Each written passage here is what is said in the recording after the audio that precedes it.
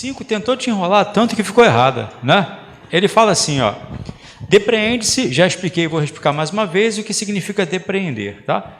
Depreender e inferir são ligeiramente diferentes. Quando você fala depreender, significa que a informação está no nível superficial do texto. Você vai ler e vai enxergar isso lá, tá? Se eu digo para você, por exemplo, que a chegada do verão causa algumas doenças, depreende-se disso que algumas doenças são causadas pela chegada do verão. Eu basicamente reproduzi o que eu falei com outras palavras, entendeu? Depreensão é quase que reprodução do que o texto já diz, tá? Com outras palavras, porque a depreensão está no nível superficial. Lembra que eu falei para você que o fato de os países mais desenvolvidos serem países frios é um dos fatores que fazem com que não haja tantas pesquisas nessa área por parte desses países? Isso está no texto escrito explicitamente? Não, isso foi uma inferência, tá? Entendeu? A inferência está no nível mais interno, a depreensão está no nível mais superficial. Eu nunca vi, para vocês que ficam neuróticos com essa diferença, eu nunca vi uma questão do CESP em que saber a diferença entre depreensão e inferência fosse relevante, entendeu? Porque, por exemplo, eu fiz uma questão uma vez, cara, qual foi a banca? Acho que foi a Exaf, em que o cara falava assim, ó, depreende-se do texto, blá, blá, blá. Aliás, perdão, estava assim, infere-se do texto, e era uma inferência possível. Sabe qual é o problema? Estava explícita no texto, então não era inferência, era depreensão. Então, eles deram errado porque eles sugeriram ser uma inferência o que era uma depreensão. Por exemplo, olha só, se eu falo assim, João está usando uma camisa do Flamengo. João está usando uma camisa do Flamengo. Depreende-se disso que a camisa do Flamengo está sendo usada por ele. Beleza, né? Infere-se disso que ele é flamenguista, entendeu? E repara que você não pode afirmar, mas é uma inferência super possível, né? Aí ele falou que isso era uma inferência, mas na verdade eles confundiram inferência com depreensão. O CESP não, cara. Se o CESP falar depreende-se, infere-se, segundo o texto, de acordo com o texto, basta que você consiga reconhecer a informação do texto, entendeu? No nível superficial ou mais profundo, não importa. Se você vir que a informação adveio do texto, eles vão dar como correta, seja ela depreensão ou inferência, tá? Eu queria ver com você essa questão 5 para que vocês me dissessem o que estragou essa afirmação, tá? Ele fala assim, ó, repito, não tem nada a ver com o fato de ele ter falado depreende-se não, tá? Depreende-se das informações do texto que o calor causado por massas de ar quente e intensificado por mudanças climáticas transformou o verão em uma estação prejudicial à saúde das pessoas, pelo aumento de hospitalizações por doenças como falência renal. Ele começou bem pra caramba, não foi? No final ele estraga tudo. Quando ele fala aí, ó, pelo aumento de hospitalizações por doenças como falência renal. Ele estabelece uma relação de causa e efeito que não existe, entendeu? Ele faz duas afirmações corretas, tá? O nome disso é falácia. Ele faz duas afirmações corretas, só que eles a relacionam numa relação de causa e efeito, entendeu? Vou dar um exemplo. Se você comete uma falácia na redação, você perde pontos sérios com isso, porque o corretor, ele é um cara com os olhos muito treinados para isso. Se você comete uma falácia na redação, você perde pontos. Vou dar um exemplo para você do que seria uma falácia. Uma falácia que nos atingiu muitas vezes. Primeira vez que eu ouvi essa falácia, eu falei, cara, faz sentido. Mas depois, quando eu parei para refletir, eu vi como era falacioso aquilo, tá? Você vai compreender o que é falácia. Nem está tão em voga mais assim. Pode ser um tema de redação, porque é da área de vocês. Nem está mais tão em voga assim. Está um pouco, mas não muito. Essa história de a liberação do porte de armas, flexibilização do porte de armas, isso aí está sempre sendo discutido, mas já esteve mais, não já?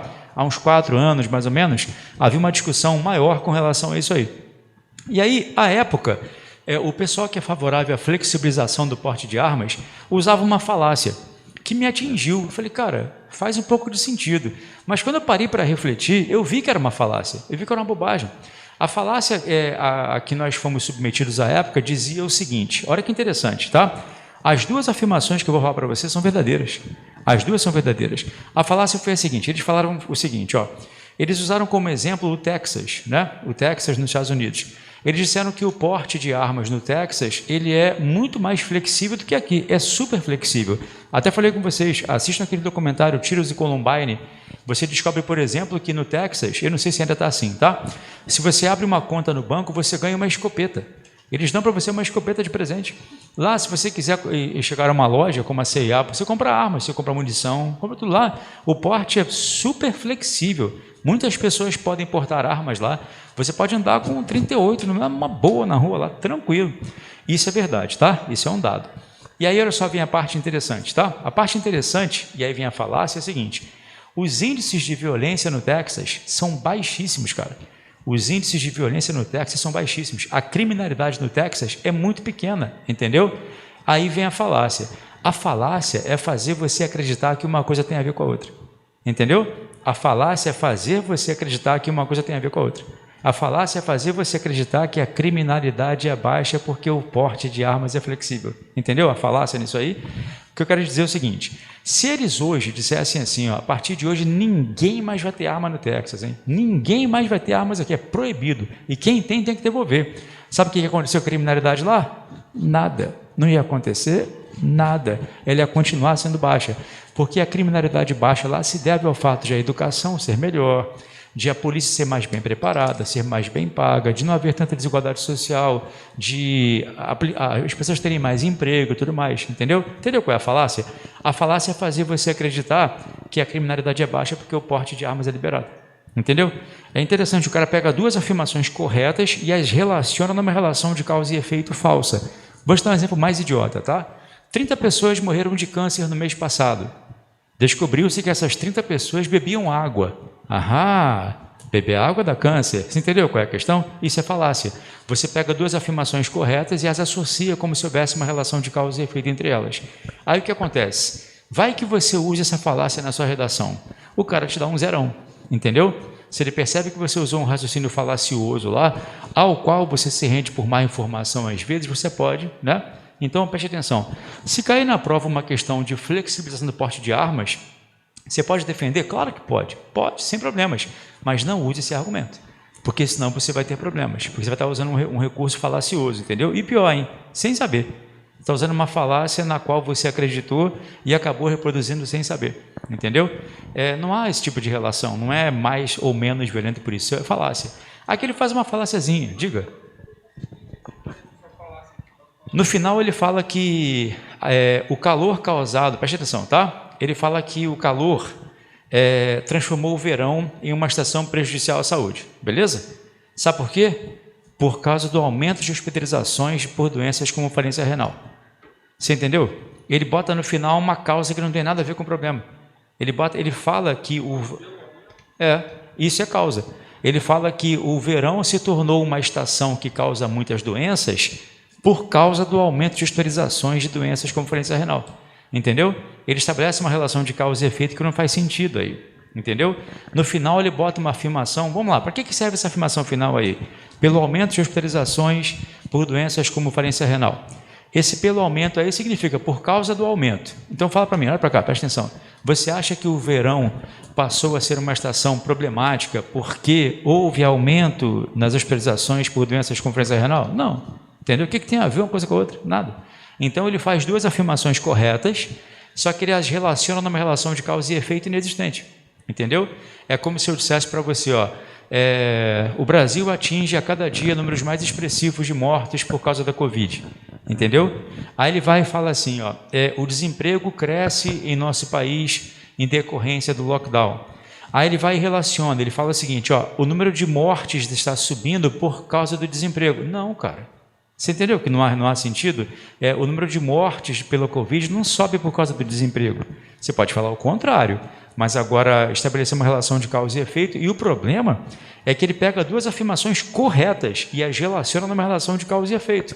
É como se eu dissesse para você que aquela parede é sólida porque o ar-condicionado está ligado. A parede é sólida porque o ar-condicionado está ligado. Espera aí, vamos lá. A parede é sólida? O ar está ligado? Sim, mas há uma relação de causa e efeito aí? Não, isso é falácia, entendeu? Você pega duas afirmações corretas e as relaciona numa relação de causa e efeito inexistente, tá? O CESP ainda não cobrou falácia até hoje, não, mas algumas bancas já cobram já. A FGV identifica a opção em que há ocorrência de um raciocínio falacioso. Eles cobram falácia lá, eles cobram falso silogismo às vezes, entendeu? Para vocês pode cair em raciocínio lógico, aí pode cair. Sim, sim, deu como errado. Ou ela foi errada, ou ela foi anulada, sei lá. Eu sei que quando saiu a primeira afirmação, quando saiu o primeiro gabarito dela, vocês deram como certo, depois mudaram para errado, ou anularam, uma coisa assim.